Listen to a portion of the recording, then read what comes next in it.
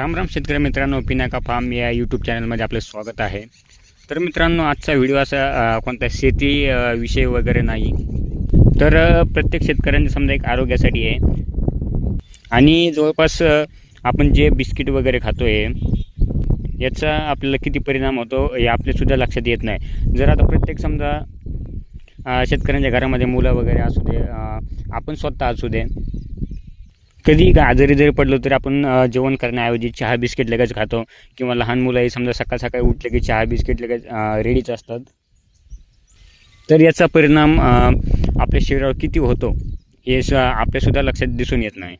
बरेच दिवसापासून सध्या सोशल मीडियावरती चालू आहे की प्रत्येकी वस्तूचं समजा एक त्याच्यामध्ये काय घटक आहे काय नाही हे बघण्याचं खूप जास्त सध्या चालू आहे. तर कंपन्या प्रत्येक गोष्टीमध्ये काही असे घटक मिळवतात की ते आपल्याला त्याच्यामधून काय कळतं हे नाहीत, पण त्याचा आपल्या शरीरावर खूप जास्त परिणाम होत असतो. तसंच आतापर्यंत कोणालाही या गोष्टी समजत नव्हत्या.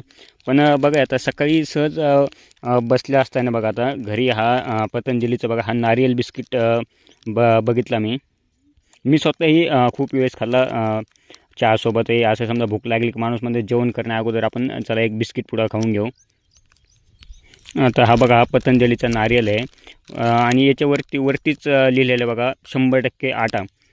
आणि जेव्हा आपण याचे घटक बघायला जातो, तुम्हाला घटक बघा आता वरती कुठेही एकदम असं स्पष्ट दिसत नाही. हे बघा आता हे जे लेबल आहे याच्या आतमध्ये याचे घटक लिहून समजा एक बघा पूर्ण आतमध्ये लिहिले आहे. म्हणजे एवढं सहजासहजी कोणी याला बघूही शकत नाही. तर बघूया आपण याच्यामध्ये कोणते कोणते घटक आहेत. तर इन्ग्रेडियंट बघू आपण याच्यामध्ये बघा. सगळ्यात पहिलं म्हणलं तर एक व्हीट फ्लोअर म्हणजे आटा आपला गव्हाचा आटा.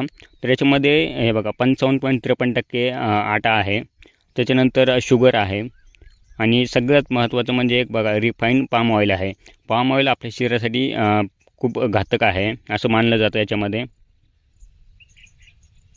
घरामध्ये जे मुलं आहेत शाळेमधले मुलं आहेत त्यांनी गुगल करून बघावे कधी पण पाम ऑइलचे आपल्याला त्याच्यामध्ये फायदे बघा. कारण की पाम ऑइल जे हे ते आपल्या शरीरामध्ये कोलेस्ट्रॉल खूप जास्त प्रमाणामध्ये वाढत असतं, जेणेकरून आपल्या मग शिरा ब्लॉकेज वगैरे वाढतं. त्यामुळेच हार्ट अटॅकचे जास्त पेशंट त्याच्यामध्ये वाढले जातात. आणि जास्त करून तुम्ही कोणतंही रिफाईंड ऑइल असू द्या, जसं सोयाबीन असू द्या, सनफ्लावर असू द्या, जे रिफाईंड त्याच्यावरती आपल्याला बघायला भेटतं त्याच्यामध्ये मग ते फिल्टर केलेलं असतं.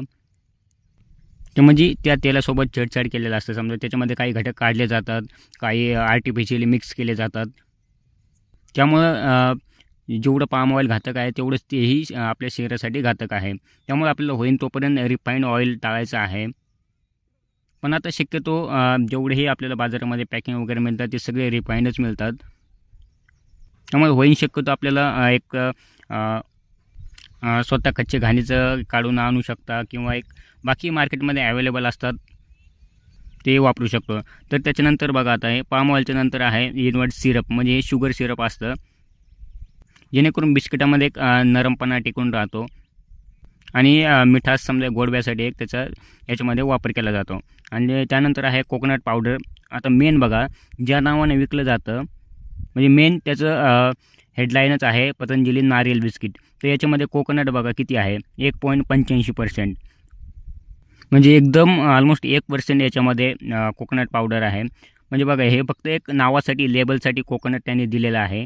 आणि त्यानंतर मग बघा मिल्क पावडर वगैरे समजा बाकी मग काही मग प्रिझर्वेटिव्ह केमिकल वगैरे त्याच्यामध्ये ॲड केले असतात. तर हेच म्हणून नाही, कोणतंही तुम्ही बिस्किट वापरा, जेवढेही मार्केटमध्ये बिस्किट आहेत सगळ्यामध्ये तुम्हाला रिफाईंड पाम ऑइल त्याच्यामध्ये बघायला भेटतं.